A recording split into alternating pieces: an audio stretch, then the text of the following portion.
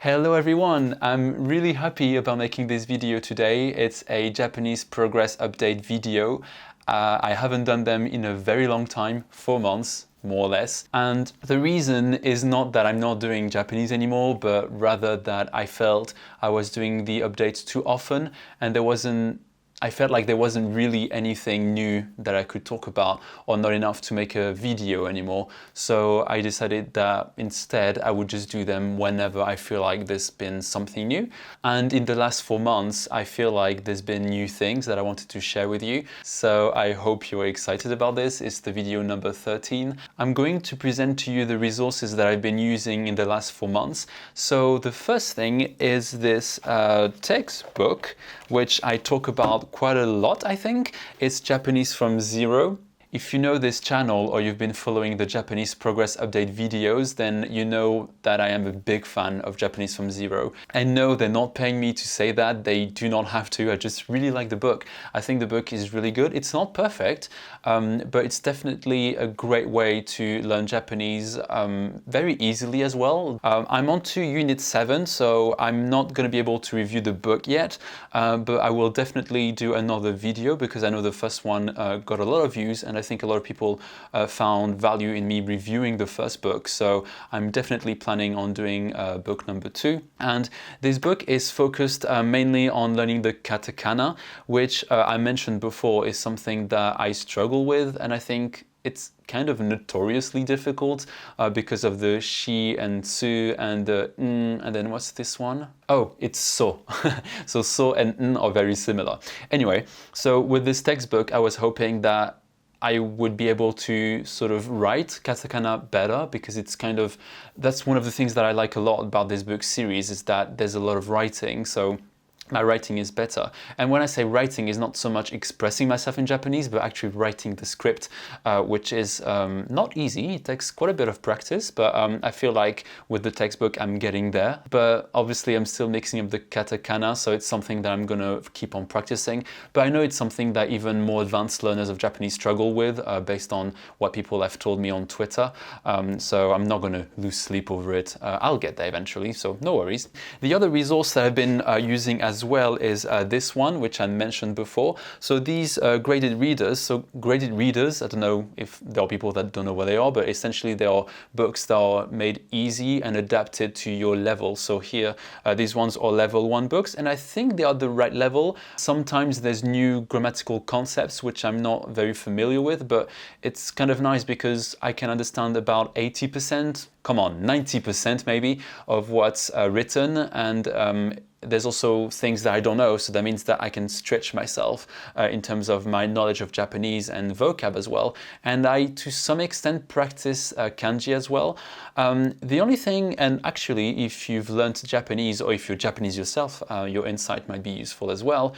I'm trying to sort of think about what is the best way for me to start learning and read kanji properly, and this book includes furigana, which is nice, obviously, but I feel like it's cheating and I don't know how to approach it. So if you've learned, if you've learned the reading of kanji, how do you do to practice? Because I feel like if I've got a book with just kanji without furigana, then I might not be able to understand, or if I want to look it up, then because I can't write the kanji, then it's a bit difficult. So I don't know if that makes sense, but if you have any advice, I'm up for grabs. So that'd be nice. But anyway, I like the stories, and at first I thought there would be like baby stories, like not very interesting content, but actually 2 of the stories are really sad. Like the first story is basically about a girl whose parents get a divorce and like she doesn't speak anymore. I'm like, that's really sad. And then the other story is the very famous story about I can't remember the places, sorry, but there's this Japanese person who had a dog, and then this person died, and the dog was in Shibuya station, I think, waiting because the master wouldn't come back, and that became quite like a popular sort of story. And I think it's a true one, actually. But anyway, this story was also very sad, so it's definitely not just for kids, but obviously the vocab is not super challenging because it's for beginners. But yeah, I've been liking it. The only thing I don't like about this series, I guess, is that it's a bit expensive. I did get those in Japan when I was traveling there, but if you import them from abroad, I think they're like $30. And it's only like 5 books. It comes with a CD, but in terms of like quantity of writing, it's not massive. So it's kind of up to you if you think it's worth it or not. But if you go to Japan, like general advice, everything Japanese will be cheaper there, for obvious reasons, I guess, you know, like import and stuff. So yeah. The next resource I wanted to talk about as well is not a textbook. It's actually these pens. I'm going to try to show them to you. Come on, camera, focus. And these pens are supposed to be good for writing Japanese because of the ink and the size of the, what do you call that in English? The end of the pen, I guess. And I need to try them. I have to say I bought them a while ago, but I haven't really used them. I used them like once, but I'm planning on using them when I start learning the kanji, which I think is the right time to start writing, you know, and using these pens. And I've printed these ones, like these pages, and these ones are, come on, focus, and these ones are quite good for kanji writing because, you know, you have the boxes and it's kind of easier to manage the size of all the components of the kanji. And apparently a lot of people haven't thought about just printing these out. You know, some people just buy books. I mean, do whatever you want, but printing them I think is a bit cheaper. But I can understand why you would want to have a proper book. You know, it sounds a bit more cool than just printing pages. But it's definitely something that I'm going to start doing very soon. Well, actually, because Japanese from Zero, book 2 is focused on hiragana, and I've got book 3 behind me, and book 3 starts teaching you the kanji. I think it teaches you 50 kanji, 70 maybe. So I think there's going to be a nice opportunity for me to start practicing the kanji. Yeah, I will obviously talk about it in a future video when I get there. And the last thing I wanted to talk about is the Pomodoro Technique. I've mentioned it once in a video and maybe in a live stream, but it's a technique which I've heard of a while ago. Like, it's been around, but I really got into it because I was watching Tokini Andy's video about the Pomodoro Technique, which I will link below. Hopefully I won't forget to add it to the description box below.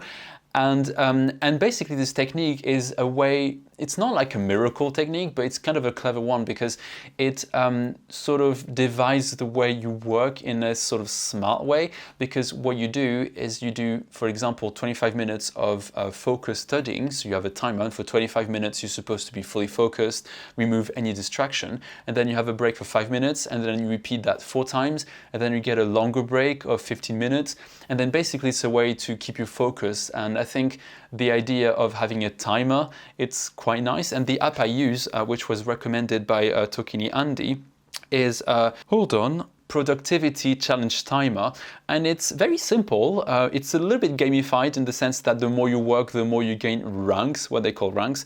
I've reached the 3rd rank, which is a recovering slacker. I don't know if that's a good thing, but kind of funny, I guess. But I'm going to be working on that today, so maybe I'll move up to the next rank. And it's really helped me to focus on Japanese, because if I look at my stats, because it keeps track of the time you spent on the different projects. I spent, since I've been using the app for 3 weeks, I think, I've been spending 16 hours on Japanese, which is huge. I'm really proud of that. And I use it with lots of different things. I use it with work, with editing, to sort of keep me focused, because I noticed that I very easily just get distracted. I was tweeting about the fact that sometimes when I'm on task, I just randomly want to know how old Cher is, even though it's like really not important in the moment, but my brain just takes me in different directions, I guess. So this app allows me to keep focused. And what happens when I've got something that I want to do, like, you know, look up the name of something random, like super random stuff, I just write it on a piece of paper and then I do it later. Because the thing is, when I'm thinking about these random things that I need to do for some reason, then if I don't do it now, I feel like I'm going to forget. But if I write it down, I can just sort of tell myself, it's fine, you know, it's written, you'll remember later, just now is not the time. And then I just stay focused. And I feel like that's really helped my productivity. So that's why I thought I would share it with you today in this video. very quickly, I also wanted to talk about my routine, which is still similar to before. I'm basically doing Anki every day. I spend about 20 minutes doing Anki every day, and I'm working through 3 decks. So the first one is my Kanji deck, so the RTK, remembering the kanji, if you haven't been watching this series since the beginning. And I'm just reviewing it because I completed it a long time ago. Then I'm doing Japanese from Zero Book 2.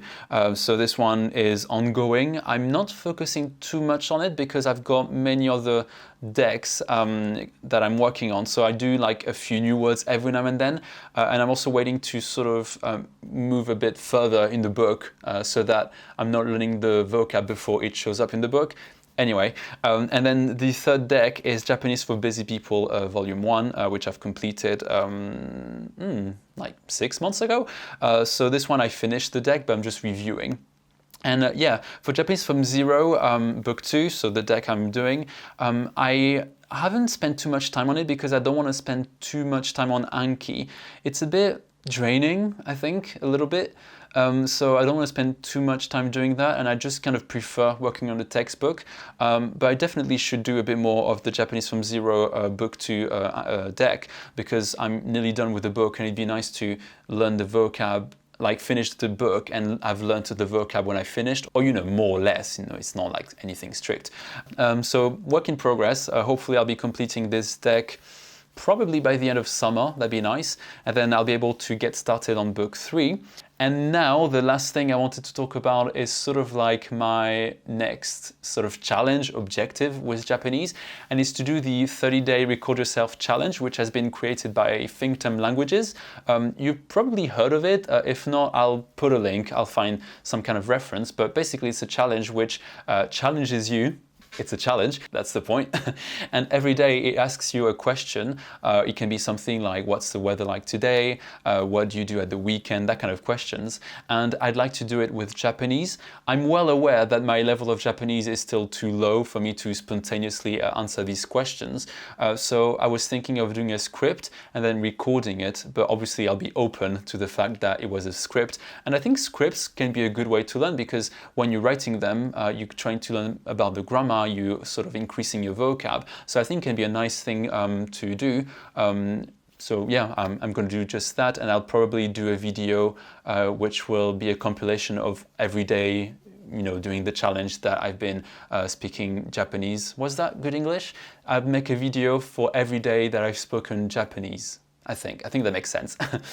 So yeah, I think that's it for this video. I really thought it would be like a 5-minute video, but as usual, I got very chatty and talkative. But I hope you enjoyed it, and it was nice to keep you updated about my Japanese, because it's still in the background. I haven't stopped practicing my Japanese or learning it. So yeah, I will see you in a future video, and bye.